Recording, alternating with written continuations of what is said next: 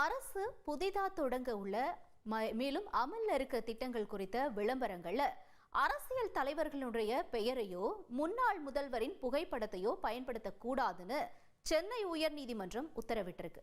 இது குறித்து இப்ப நம்ம விரிவா பார்க்கலாம். அதாவது உங்களுடன் ஸ்டாலின் திட்டம் ஏற்கனவே நடைமுறையில் இருக்கு. அதே மாதிரி நலம் காக்கும் ஸ்டாலின் திட்டம் ஆகஸ்ட் 2ஆம் தேதி தொடங்கி வைக்கப்பட இருக்கு.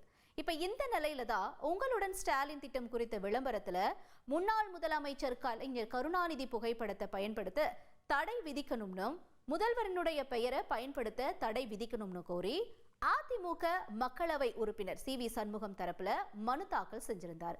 இந்த மனு தொடர்பா தலைமை நீதிபதி எம் ஸ்ரீவஸ்தவா அப்புறம் நீதிபதி சுந்தர் மோகன் முன்பு இந்த வழக்கு விசாரணைக்கு வந்துச்சு. அப்ப முன்னாள் அமைச்சராக இருக்கக்கூடிய சி வி சண்முகம் தரப்பில் ஆஜரான மூத்த வழக்கறிஞர் விஜய் நாராயணன், உங்களுடைய ஸ்டாலின் திட்டம் என்ற பெயர்ல தமிழகம் முழுக்க கிட்டத்தட்ட 10,000 முகாம்கள் நடத்தப்படுது. இது உச்சநீதிமன்ற அப்புறம் தேர்தல் ஆணைய விதிகளுக்கு எதிரானதுனோ, குறிப்பா அரசினுடைய விளம்பரங்கள்ல அரசியல் கட்சி தலைவர்கள் அவங்களுடைய சின்னங்கள், பெயர்கள், புகைப்படங்கள் இது எதுவுமே இடம்பெறக்கூடாது. அரசினுடைய பணத்தை செலவு செஞ்சு மேற்கொள்ளப்படும் இந்த திட்டங்கள்ல முதல்வரினுடைய பெயரையோ இல்ல அவங்களுடைய புகைப்படங்களையோ பயன்படுத்தக்கூடாதுன்னு இதுக்கு தடை விதிக்க வேணும் அப்படின்னோ அவருடைய தரப்புல வாதங்களை முன் வச்சிருந்தார். அரசினுடைய நலத்திட்டங்களுக்கு முன்னாள் இந்நாள் முதலமைச்சர்களின் புகைப்படங்களும் இடம்பெற்றது உச்சநீதிமன்ற தீர்ப்புக்கு முரணானது அப்படின்னு சொல்லி அவருடைய தரப்புல இருந்து வாதங்களை வச்சிருந்தாங்க.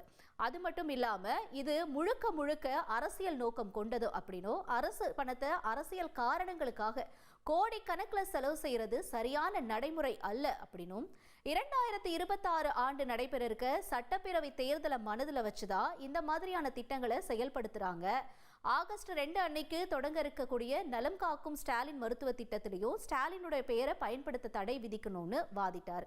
இப்ப இந்த நிலையில தான் அரசு தலைமை வழக்கறிஞர், அதாவது திமுக தரப்புல இருந்து ஆஜரான வழக்கறிஞர் பி வில்சன் அவருடைய தரப்புல என்னென்ன வாதங்கள் முன்வைக்கப்பட்டதுன்னா, அரசினுடைய திட்டங்கள் தொடர்பான விளம்பரங்கள்ல முதல்வர் படம் மட்டுமின்றி துறை அமைச்சர்களுடைய படங்களையும் பயன்படுத்தலாம்னு உச்சநீதிமன்றம் உத்தரவிட்டிருக்கு. உச்சநீதிமன்ற உத்தரவுப்படித்தான் அரசு விளம்பரங்களுடைய நடைமுறை பின்பற்றப்படுகிறது அப்படின்னு அவருடைய தரப்புல வாதத்தை முன் வச்சிருந்தார். தொடர்ந்து இது மட்டும் இல்லாம இந்த வழக்கு அரசியல் உள்நோக்கத்தோட தொடரப்பட்டுச்சு. கடந்த ஆட்சியில அம்மா உணவகம், அம்மா திட்டம் போன்ற பெயர்கள்ல பல்வேறு திட்டங்கள் கூட தானே செயல்பட்டுச்சு. மத்திய அரசு பிரதமர் மோடியினுடைய பெயர்ல நமோ அப்படிங்கிற திட்டத்தையும் செயல்படுத்திட்டு வருது.